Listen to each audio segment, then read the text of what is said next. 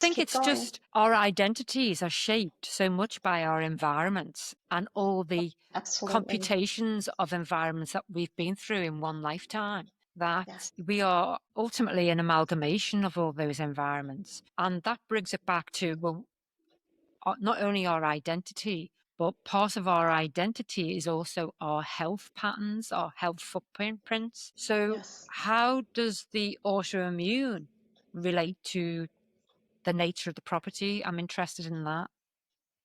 Um, well, that's interesting because I was just going to talk about how as some people we outgrow homes too.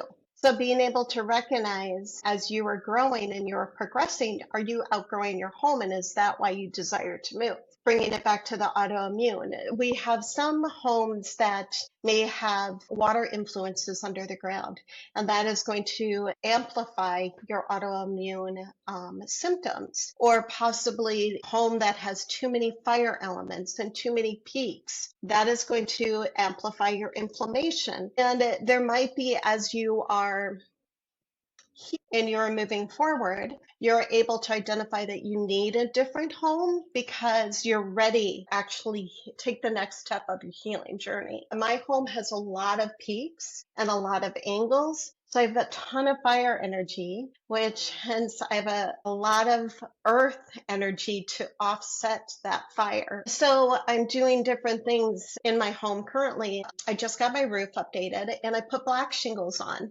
because previously my home had brown shingles on. So I'm using the black to offset the peaks and things like that. But being able to identify when you're ready to grow out of your home is important for the autoimmune.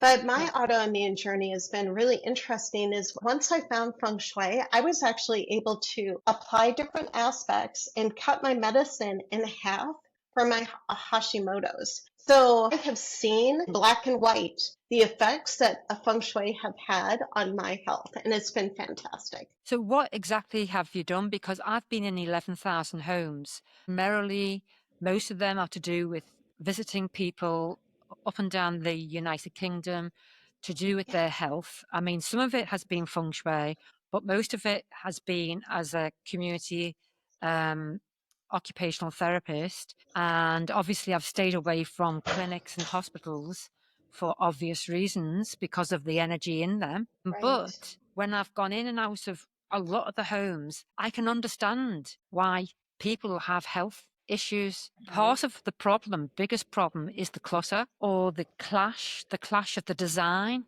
of the property. Mhm. But what have you found when people who have not been healthy? A lot of things, starting with the basement. A lot of individuals will utilize that basement as kind of a place to dump and forget. So it's out of mind, out of sight, out of mind. And being able to start there and cleaning the clutter in your basement, looking at the bedroom and identifying the different aspects. So where's the bed placed? Is it against a wall with your pipes? Is it here in the US? We do a lot of those master bedrooms with the bathroom, the ensuite bathrooms. So how is that affecting and being able to implement different cures and different design aspects to offset all of that negative energy? Would you say the bedroom is the most important when one is looking at one's health? Yes, I always start with the bedroom and then I look at the front door, making sure that the front door is clear and they are able to get that healthy chi coming in. Looking at the placement of the home within geographic. So, what are the highways creating? I'd say I had one client that the highways were actually creating triangles around the individual and it placed in three geographic triangles. And there was a lot of feedback of chaos in their life. And they had a lot of inflammation. So being able to offset that by implementing different aspects of the five elements to Hmm. calm and cool that fire element. It's fascinating. Yeah. Yeah. And And what that's other things that people don't understand or don't look at. I mean, it comes naturally to you and I, but being able to look at how does that play into our health. Absolutely. And we've got also other aspects like the EMF and the ley lines, where the dowsing is involved. And, Yeah. people look for the superficial in many ways. They look for the kitchen's shiny kitchen, oh, new Yeah. kitchen, and the bathroom, and even the location. But just because it's in a good location, or even if it's a fantastic new house, it doesn't necessarily mean that the journey in the house is going to be free from problems. Because I took a photograph of 50 Cent, the rapper 50 Cent, his Yeah. house, and he couldn't sell it. He couldn't sell his mansion. And you've got quite a lot of these celebrities. They've not been able to sell their mansions, and it's not because they're overpriced.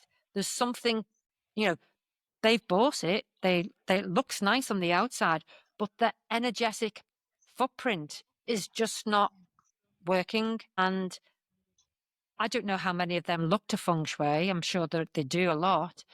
But was in Monaco, and I came across somebody. They were paying 40, it's like probably about something like $38,000 a month for an apartment, and it was cold as cold be, and it wasn't the air conditioning. It was very much similar to what you were saying about the preponderance of predominantly the metal element, which is all about the mind as well.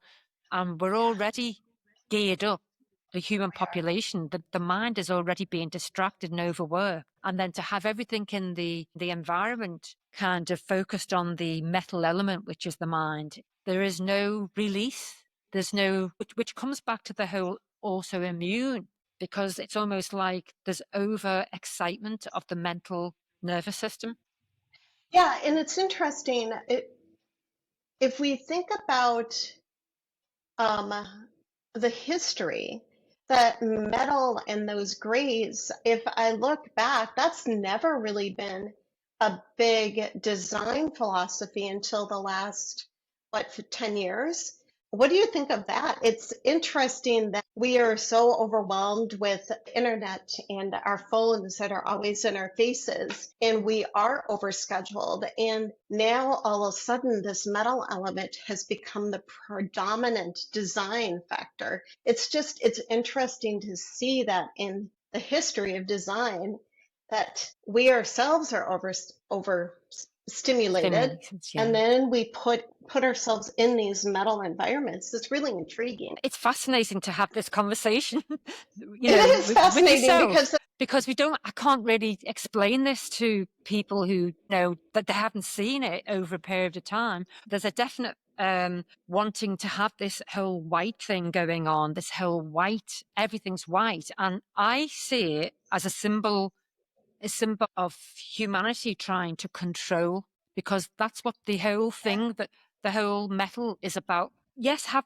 an element of metal, but it's got to be in conjunction with the other four elements. Otherwise, although everyone's different and some would need more metal than others, but on the whole, we're looking for a balance. This is what all these people coming out now, all the songwriters, the rappers, the writers that are all saying, the philosophers, which we've always said, but it's all about a balance.